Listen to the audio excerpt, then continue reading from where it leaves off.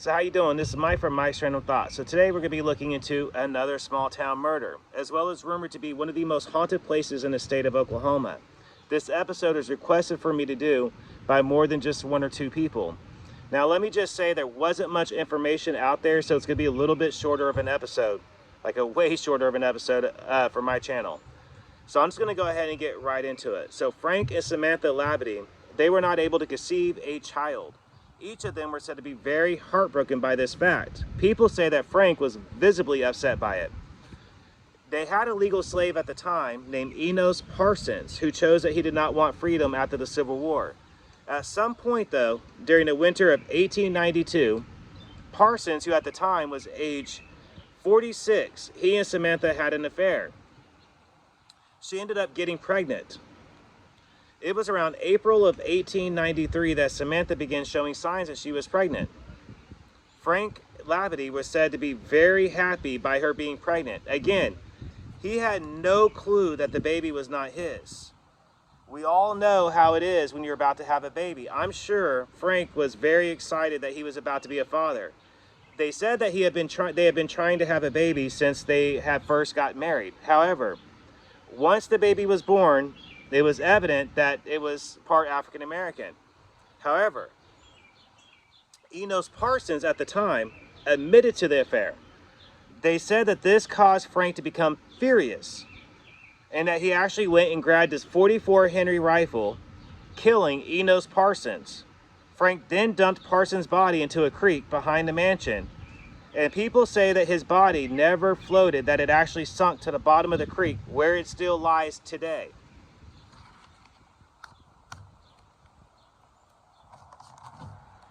Now, once he made his way back up to the house, it is said that he told Samantha that he was going to send that baby down the creek, which they claim that he did. By the spring of 1935, they say Frank began to go crazy. He kept claiming that Enos Parsons was haunting him. Sadly, April 1st of 1935, Frank took out his pistol and Colt and he shot Samantha 4 times. And then he killed himself with 1 shot. Once the body was found, the 6th bullet was missing. The rifle that was said to be used to kill Enos Parsons was actually never located either. Another version of the story that I came across said that Frank Labadie actually went crazy and that he killed the entire family, and then he committed suicide by jumping out of a 3-story attic window. Another story, and this is most likely the most plausible story, is Mr. and Mrs. Labadie died of carbon monoxide poisoning due to an improper ventilated stove and fireplace, and that they died the day after celebrating their 50th wedding anniversary. It was their nephew who actually found their bodies. He was coming over actually to congratulate them on their anniversary. So one researcher actually noted some problems with these local stories. Now, and I'm going to show you why. It is said that they were having problems conceiving a child. However, records show that they actually had 4 children, 2 girls and 2 boys. That the cause of death was actually listed as carbon monoxide poisoning in a separate house. There is a cemetery that Parsons is believed to be buried at, due to it actually saying, "Here lies Enos Parsons on the grave." No one actually knows though if it is his or not. His death is recorded to be in 1893, and he died at 42 years old, before Frank and Samantha's death. Some say that the grave is for Frank's mother slave, not Samantha's slave. As it turns out, one of the Labadie sons actually owned the house, but he actually never lived in it. The house had been burnt twice before, unrelated to the murders. Now, the stories about the murder, folks, they're just that, stories. Lots of versions are out there. There are family members still alive in the area. I've seen this while doing research. One person in the comments actually, one of the articles claimed that it is not the common mansion that is actually pictured whenever you do research and you Google. It's not the mansion, the abandoned mansion that they actually died in. He said they actually died in his they were his great-grandparents, and that he had actually visited them the night before they died. He said that they were claiming that the house was unusually hot, and that it was the cousin the next morning that actually found them dead in bed, that most likely died in their sleep. The Labadie mansion that is commonly photographed was actually owned by George Labadie and later owned by the Mullender family, as in the same Mullanders that we actually covered on this same channel on a different true crime episode. So another family member also commented on an additional article saying that they died from gas fumes. The house was actually burnt down by local teens starting fires while they were partying up in the area. Now, another local person said that Frank and Samantha died in the late 1970s by carbon monoxide poisoning, and that was found by their nephew.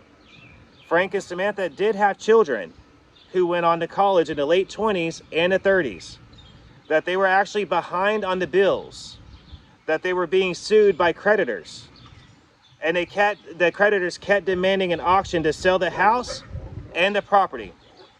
He said that Enos actually left Oklahoma years before the Labadie's accidental death.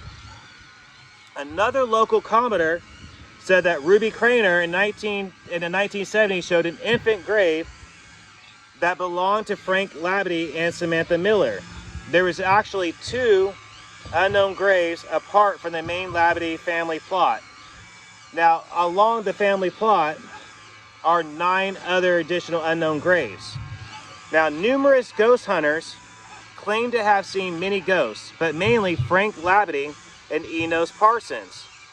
There are reports of seeing and hearing crying of a baby, now that they claim that Frank drowned. This actually gave birth to another local urban legend known as Crybaby Bridge. Some people say that they claim that Samantha's ghost walks along the property to scare off trespassers. People hear voices, footsteps, as well as gunshot noises, and they say that the fireplace actually has smoke coming from it still.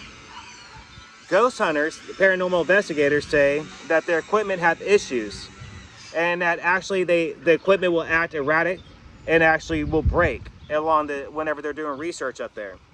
It is actually known, according to research, as being one of the most haunted locations in the state of Oklahoma. Now, I did talk to a couple local people, and they actually verified, when we go back over here, I'm hoping everybody can still hear me. They actually verified the carbon monoxide story. Now, I want you to keep in mind of something. Both these local individuals were born and raised around this area. That means that they pretty much have a grasp. I mean, both of them are, they were born and raised in this area. So, and they both said that they always heard that they died by carbon monoxide poisoning. One of them said that's what they always heard, and he was just flat out that. The other individual said that while he was growing up, he always heard that they died from carbon monoxide poisoning. This is verified over and over again by numerous people. So basically, that's why I said that the stories that you're hearing about this murder are just that, stories that people have just turned into urban legends over a term of time. For instance, the house being burnt. The house being burnt was actually caused by teenagers who were up in the area, most likely telling ghost stories and trying to scare one another, partying up there because it was abandoned, starting fires in the fireplace, and they actually caught the place on fire twice. Now, when I was doing research, I came across different people that stated they remember going up there in the area whenever the house was still intact, before it was actually crumbled and ruined. That there were still stairs in it, different bedrooms and stuff like that, and they would party up there. Now, these are the people that I'm talking about that verify that they died of carbon monoxide. It was just stories that people told over a period of time. That so you have all these different things, from him killing a free slave to killing a baby, the affair, everything else. And most likely, all of it is just that, stories. And you would think that there would be a lot more to this. I mean, I'm only 10 minutes in. Like I said, this is going to be one of the most unusual, shortest episodes that I've ever done on this channel. And that's mainly due to that. It was clear cut and dry. when I first agreed to do this episode, I was expecting a lot more. I was actually expecting a huge story to be told, because I'm telling you, no one can get up here to this place. The people that are caretakers of the property will scare you off. Local law enforcement is said to run you off. If they see you over in that area, they simply tell you to leave or you'll be arrested. No one's able to get onto the property. More than likely though, the only reason for this is, one, the house is in ruins, it's crumbled. Like, I've seen pictures of it. It's like a skeleton of a house. And two, the family don't want people up there. I mean, people already were responsible for partying up there and burnt the house down twice. If you were the family, would you want people in there after that? And I think that honestly, over a period of time, people just spawned off different stories as time went on. And that's simply what this is. A bunch of different stories. I did hear a bunch of different stories before I started doing that. And that's why I agreed to actually do it. But once I did it, it was pretty clear cut. They died of carbon monoxide poisoning. It was improper ventilation in the house. And they died in their sleep. But because it was such, you know, people said this and people said that, and over a period of time, because it was like the 1800s, it's the 2020s now. And over a period of time, people have turned this into a whole bunch of different stuff that it wasn't. You know, and that's as simple as it gets. So again, this has been Mike from Mike's Random Thoughts. Everybody have a great night. I hope you enjoyed this one. You guys can expect more coming your way, more regular style episodes I'm actually working on. I'll be making announcements of that here pretty soon. But like I said, this was actually requested for me to do a while back, and I told them that I would do it most likely. So I wanted to make sure I actually looked into it. But I'm sorry to break it to you guys. It's not anything too amazing. They died of carbon monoxide poisoning in a separate house. And simple as that. I think the most to me, let me go back on this. The most interesting part to me was the one story. Hold on. The most interesting part to me was the story about the banks that wanted the house, that they were behind on bills and that the creditors were after them. I think that was the most interesting part to me, because I never heard that. It was a mansion. They were known to have money, so I was surprised by that fact. But however, who knows? But again, this has been Mike from Mike's Random Thoughts. If anybody out there that lives locally wants to talk about this episode, or has any information about the Labadie family that I didn't go over, because again, I did go to numerous different articles, websites to look for information on this. When I put together the information that I was able to find on it. And again, there just wasn't that much information out there. There was a bunch of basically rumors. Then that was just that, rumors. Ghost stories, rumors, I heard this, I heard that, this happened, that happened.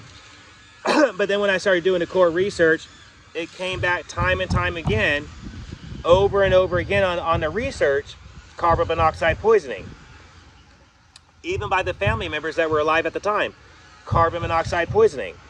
Then when I talked to people I know in the area that grew up around the area, they verified that carbon monoxide poisoning over and over again. It came back to carbon monoxide poisoning. So I really do think it's as simple as that, and that this particular location is just full of stories. A lot of ghost stories with a lot of holes in it, because that's just what happens over a period of time. Again, Mike from Mike's Random Thoughts. Everybody have a great night.